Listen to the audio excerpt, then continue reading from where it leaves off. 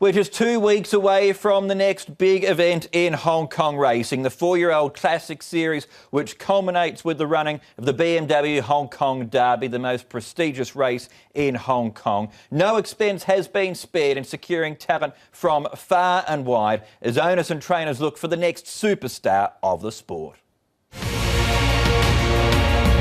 Is a real excitement machine. Nothing I like more from Singapore Sling in the Classic Mile. Nothing I like more can't win, but Singapore Sling careering away with the Classic Cup. Ping High Star tearing away with the Derby. John Size produces a masterpiece with Ping High Star.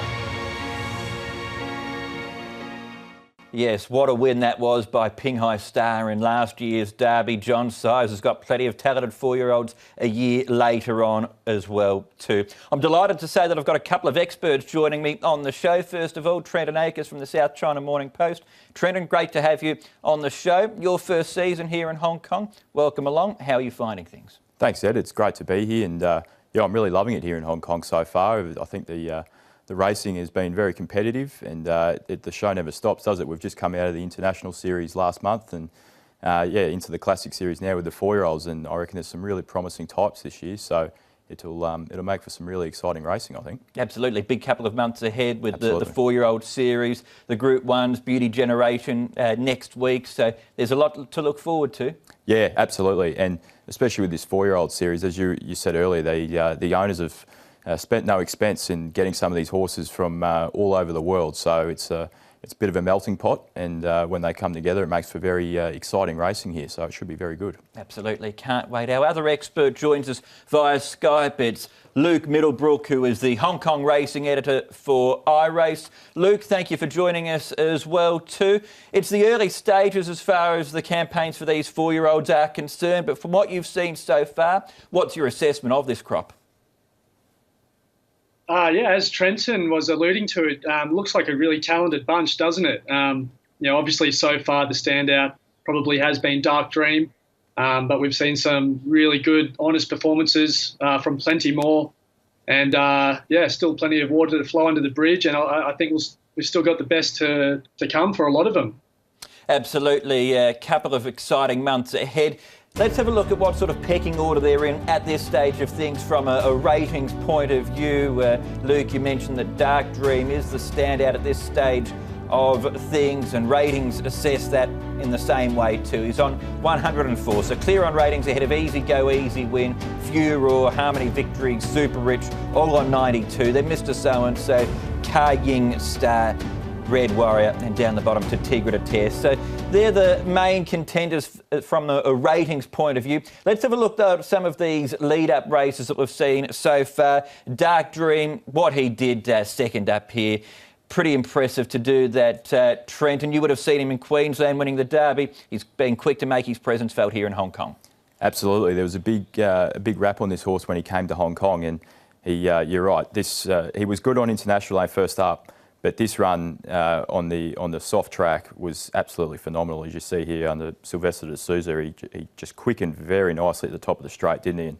And put a big gap on him there. So that's he threw the gauntlet down to the rest of the 4-year-olds there, I think, for especially for the Derby. Definitely. You mentioned the Derby with him. Luke, when you look at that win, that was over 2,000 metres, apart from his win at Maria, at Maiden level. His wins were over a longer. Are we thinking he's a chance for a Classic Mile and a Classic Cup, or more for a Derby? Yeah, I think probably the Derby is going to be better suited for him. I'm not sure what to expect coming back to the mile. But yeah, it was a really strong win. It was a really fast pace in that race. I think Harmony Victory was sort of a bit found out in that race as well, because he was coming off a really slowly run race where he just produced phenomenal late splits. But that race ran much faster early, and I think he was a little bit found out in the faster early speed Harmony Victory. So it's interesting to see how he bounces back from that run. Not wanting to be knocking Dark Dream, but is there a slight asterisk on that win because of the soft track? Well, there could be. You don't know, do you? That's the unknown, and that's what we're going to find out. But he did run well first up on a good track as well, so you never know, do you? Any knocks at this stage for you, Luke, on Dark Dream, or is he the one that they've got to beat at this point in time?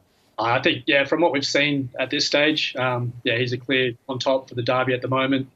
We had an important lead-up race last weekend, and that was won by Ka-Ying Star. Let's have a look at that performance. Several 4-year-olds coming through that race. In fact, they filled the first 4 placings. He raced as Urban Aspect, Trenton, in the UK, won 3 from 4.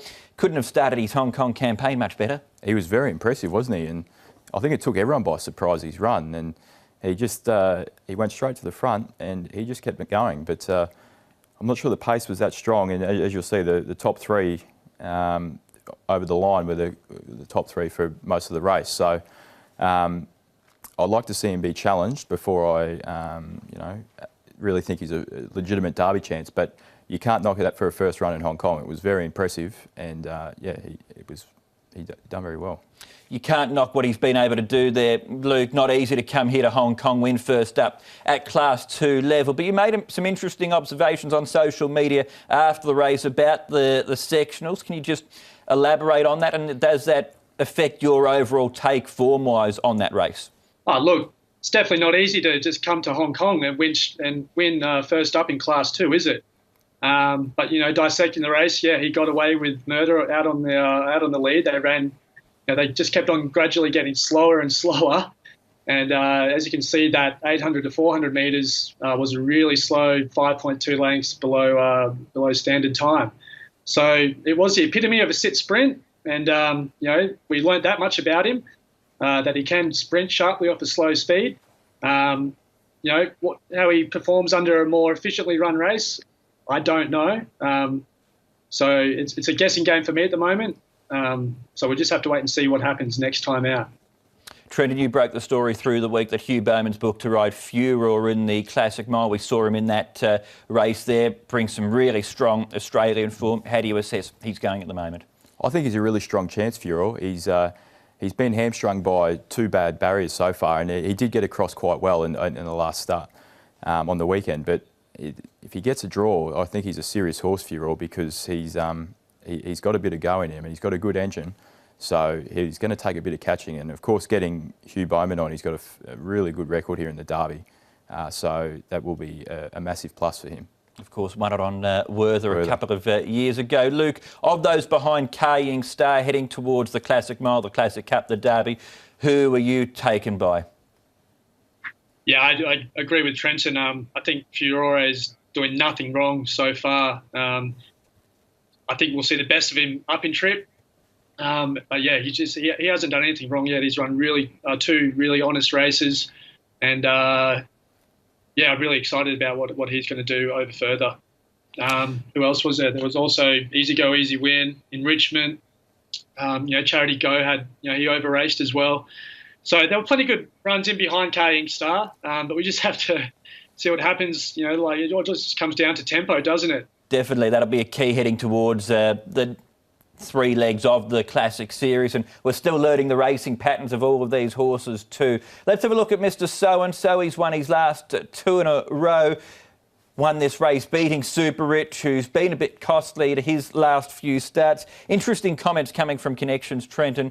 John Size questioning whether Mr. So-and-so's up for the 4-year-old series, and Zach Purton was saying Super Rich had his chance and was a bit disappointing this day.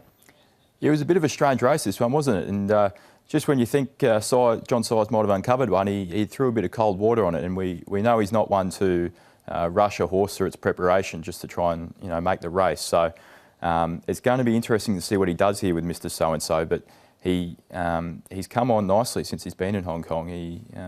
He's improved with every start. So, but that race will be crucial because Super Rich was in that one as well, and I think he's a massive chance, Super Rich. Maybe not in the Derby, but over your shorter ones, your 1600, your 1800, because I know Zach said he was a bit disappointing in that race, but he just looks like a horse that's going to keep on running for a bit further. So I think that'll be a very crucial race. Luke, how do you assess the likes of Mr. So-and-so and Super Rich? Are they up to the level required? Yeah, I'm not sure about the Derby, but I really thought Mr. So-and-so's win that day was really strong. And as Trenton said, he just keeps on getting better. He won in Class 3, then he went back up to Class 2, and which was that race, and won easily. And was a really strong race. Super Rich, he just sort of seemed to have lost that early speed a bit. He travelled a bit ungenerously throughout, but he was really strong through the line. And Glorious Spectrum was another one that ran on really well behind that. And he's going to be a bit of a force to be reckoned with in the mile too, I think. Yeah, I thought the Packing Warrior was another one, fifth in the Prix de Jockey Club, the French Derby. I really liked his performance too. Yeah. I mean, he was on debut that day and probably got, I think he settled last year, 14th in the running or something like that. But he was really strong late, and I think there's more upside to come from him. Okay, we've looked at a few of the key lead-up races. We're still learning, still going to be finding out more. But if I had to pin you down to 5 right now, Trenton, who would be your 5 to follow over the next 2 months for the 4-year-old Classic Series? Well, we've obviously got Dark Dream, who is the standout. I said Super Rich in there, and I think he's definitely one to follow in there. We've got Helene Leading Star, I think, is a bit of a, not so much a smoky, because he did win a derby in South Australia, but it was over 2,500 metres. So I think he's one for a derby because he's a dead set stayer, and he need every bit of the 2,000, I think. And then we've got Ben Richmond, who came out of the last race on the weekend, and he just got caged up a bit there on the fence, and he ran really strongly. So he will be a massive chance, yeah. Yeah, that was his first run for a few months. It was, yeah. He'll improve. And I know Sam Clipton had gave him a massive rap after the race. He thought he was really strong and really impressed him. And Helene Leading Star was probably one of those horses in the Carrying Star race that wasn't suited by the stablemate's tempo that he set up front. Yeah, but if you look back, he was one of the few to actually make a little bit of ground in that race late. So that's why I think that maybe not so much the 1,600 metre, the mile, might be a bit of a trouble for him. But when he steps up to the 2,000 metres, I think he could be a real threat, Helene Leading Star. Okay, they're Trenton's 5 to follow. What are yours here, Luke? I think I've got the same 2 on top, Dark Dream and Fiore. I think, they sort of pick themselves at the moment from what we've seen. Third one I had in Richmond. I really liked his debut run. I thought that was really strong. And then he was off the scene for a little bit, and as Trenton said as well, he was really good on the last weekend. Obviously unsuited by the pace and all that. I thought Easy Go, Easy Win starting to improve as well, back to sort of what we saw in his early career when he was a 3-year-old. And then the 4th horse is Waikaku, John Sizer's other up-and-comer. It was really interesting after his last start win, Marrera said that he feels like a Derby horse. So, what more is there to come from him?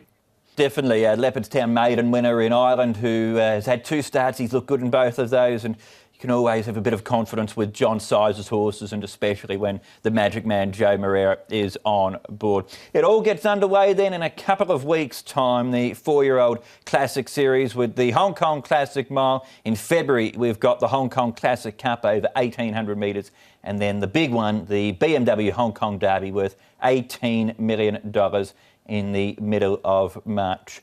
Trent and Luke, great to get your insight. Thanks for joining us on HK Direct this week. Thanks, Ed. Thank you. Thanks to Trenton and Luke for joining us this week to look at what we've got ahead of us with the 4-year-old Classic Series. We're racing at Sha Tin on Saturday. The Po Lung Cook 140th Anniversary Cup is the trophy race due off at 3 o'clock. 10-race card, trackside live coverage gets underway at 12:30. A lot of racing on the all-weather track. Really looking forward to the event featuring Fight Hero, who's a possibility of heading to Dubai for the Golden Shaheen on World Cup night. We know that he's travelled well before over to Korea earlier on in the season. HKJC.com and at HKJC_racing is where you can follow us for more information. That's it for this edition of the show. Thanks for tuning in. Make sure you join us next week as well too, when we'll be talking all things Beauty Generation ahead of his run in the Stewards Cup and also looking at the Centenary Sprint Cup. But for now, here on HK Direct, it's goodbye.